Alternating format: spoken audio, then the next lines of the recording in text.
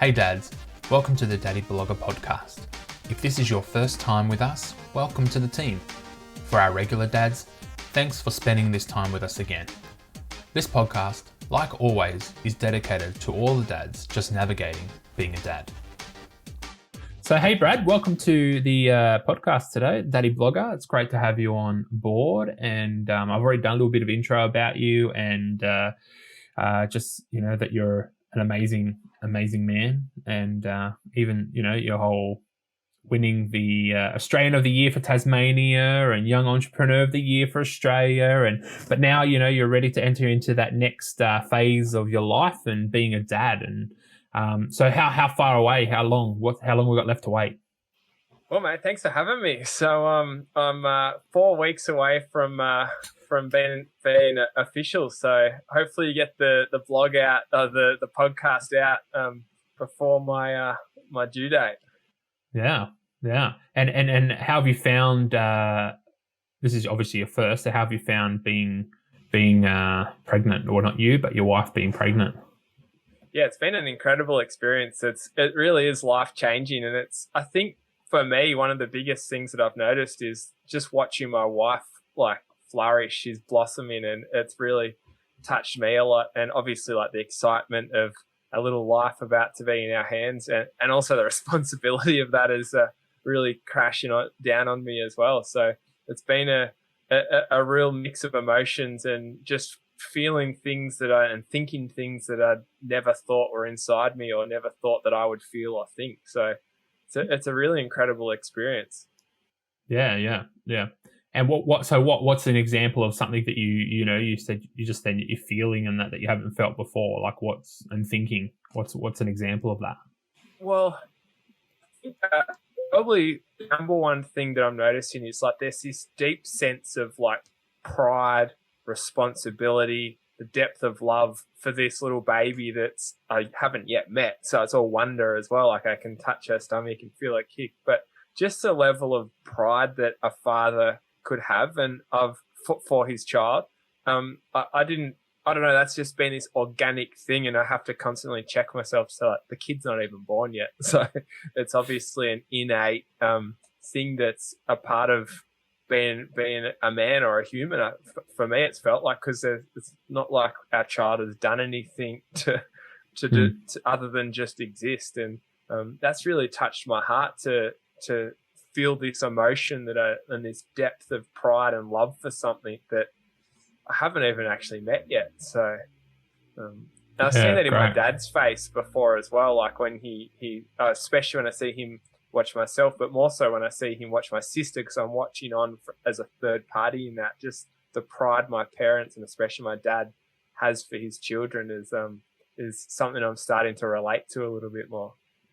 Yeah, no, it's great, and you know what? It's amazing. It's amazing the love that you have, and I remember when we had Zara, my first, and I just remember it was like just seeing her after she was born. It was like someone just had a giant needle full of love and just injected it in my heart. That's the only way to describe it. I thought I loved well before that, but then this little human comes along, and it's amazing. It's an amazing feeling, and it's an amazing reason to have children as well, because you just get to experience this whole new facet of love that you've never had before, and it's an unconditional love, and it's something to be cherished, and it's something that the only parent really understands. You can try and explain it, and to the people listening who aren't even parents yet, who aren't even dads yet, it's just it is no matter how much you explain it, it never actually gives it credit to when you experience it for the first time. So that's something for you to look forward to in 4 weeks. It's going to be great. Yeah. So I think I was just going to say as well on that, because you make such a good point. And for me as well, I never expected that. I thought that as a young bloke growing up, I always thought, man, when my wife, my future wife, gets pregnant, I'm going to be panicking. Do I have enough money? Do I have enough stuff? I'm is everything all good type thing? And you definitely have those types of thoughts, but there's such a balance of you're completely responsible for this child versus there's nothing you can do either. You're totally just in the hands of creation and the creator, and the plans that that happens and the way this pregnancy happens just really revealed that to me, that yes, I'm responsible, but I'm also like, I'm along for the ride. So Yeah. it's interesting. No, that's great. And what's let us know what's been the biggest pregnancy fail that you've had. Because as dads, we always have them. We say something stupid or we do something stupid that, when our wife's pregnant and hormonal, what's been your number one dumb moment? Well, I hope that one day I make the Epic Dad Saves YouTube compilation. That's my goal. But so far, my Epic Dad fail or pregnancy fail, I think number one is the sympathy eating. So I've put on as much weight as my wife. That's number one. Number two, calling my wife huge. That is luckily, I had to last minute flick into beautiful huge, and she took it really well. But yeah. No, it is good. I remember when Katrina was first pregnant with Zara, and her brother was coming to visit us from Sydney, and we live in Melbourne, and he was coming to visit us from Sydney, and we were going to get a haircut, and she's like, oh, thinking about the weekend and having food, and for lunch on Saturday we could do this, we could have a lasagna, and then I can make a lasagna, and then we'll go out for dinner, and it'll be awesome and amazing. And I'm like, it's gonna be too heavy, too rich. Like, you're gonna have a massive lasagna for lunch and then go out for like a nice dinner. It's just gonna be like, everyone's gonna be stuffed. And then she started crying, and I'm like, what are you crying for? She's like, I just want to make lasagna. And then going to get a haircut, and so she goes and gets a haircut. And tears are still in her eyes, and I just said to the hairdresser, I'm like, just don't worry about it. She's pregnant. She's hormonal. It's okay. That's and yeah. So that's one of my fails. Another one I just realised as well. My wife Maddie, she's her cravings in I think the end of the first trimester. Like, she was smashing cheese, ham, and tomato toasties, like smashing them. And my wife's really petite, and she was like, "Man, I'm starting to I'm eating like twice as much as my weight in cheese, ham, and tomato sandwich." But anyway, she started to be like, "No, I'm not that bad. I'm not eating that many, am I?" I'm like, "Oh, I don't know what to say there. Like, you're eating a few, but not that bad." Anyway, we went down to the coffee shop and ordered coffee, and Mads went up to the lady to place the order. She's like, 2 almond milk flat whites, please. And the lady goes, "Oh, Mads, would you like a cheese, ham, and tomato toasty with that too?" I just cracked up laughing. Mads is like, all right, but maybe I am eating too many. I'm a bit self-conscious, and you're constantly digging yourself out in those times because you just don't realise what's a trigger point and what's not. But it's been good. That's great. And what's been your biggest pregnancy surprise? Like, as in what has shocked you the most, or what have you found the most concerning, or the most difficult, or the most challenging? Well, the bit that surprised me the most is the perfection of the process. Like, that you can get an iPhone app that says next week you're going to start having these, symptoms or responses or cravings, or this is going to happen to your body. Like, the fact that it's such a perfect process, it just blows my mind. Like, I honestly, like it.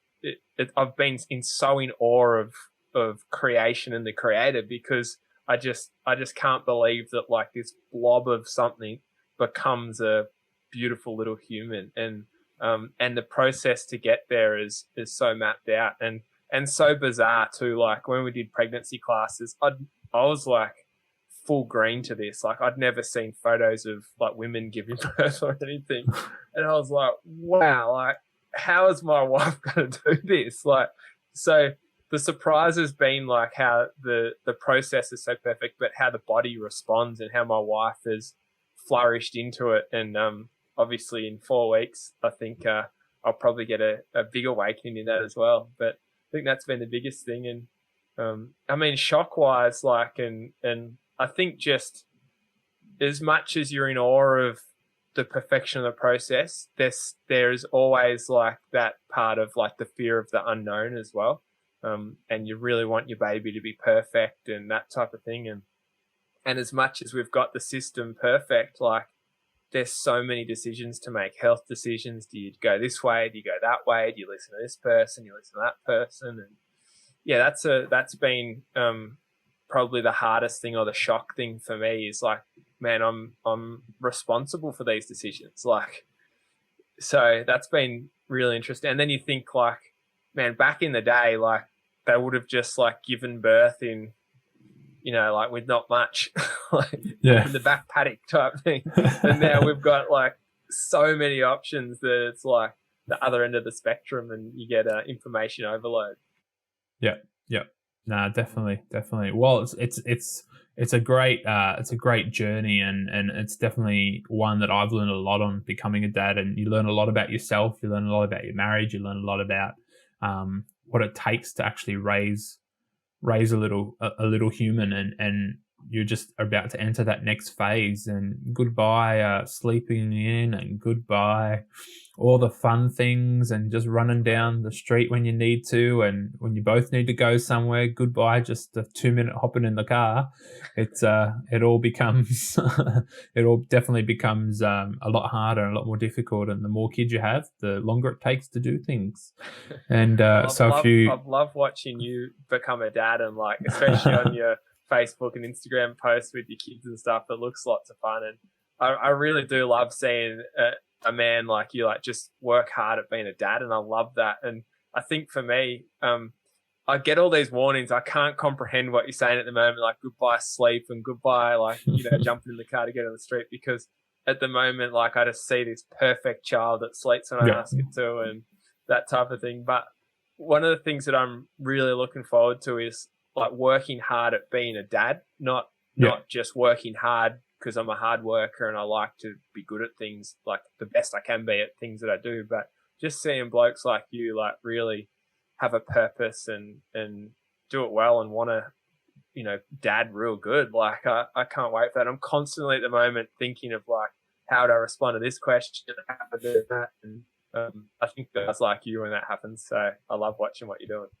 That's great. Well, thanks for coming on, and thanks for your time, and you know, it's going to be an exciting next phase for you, and you know, really looking forward to seeing your little bundle of joy, and just watching you become a dad and navigate you know, life just being a dad, you know. And that's the tagline of Daddy Blogger, is just navigating just being a dad.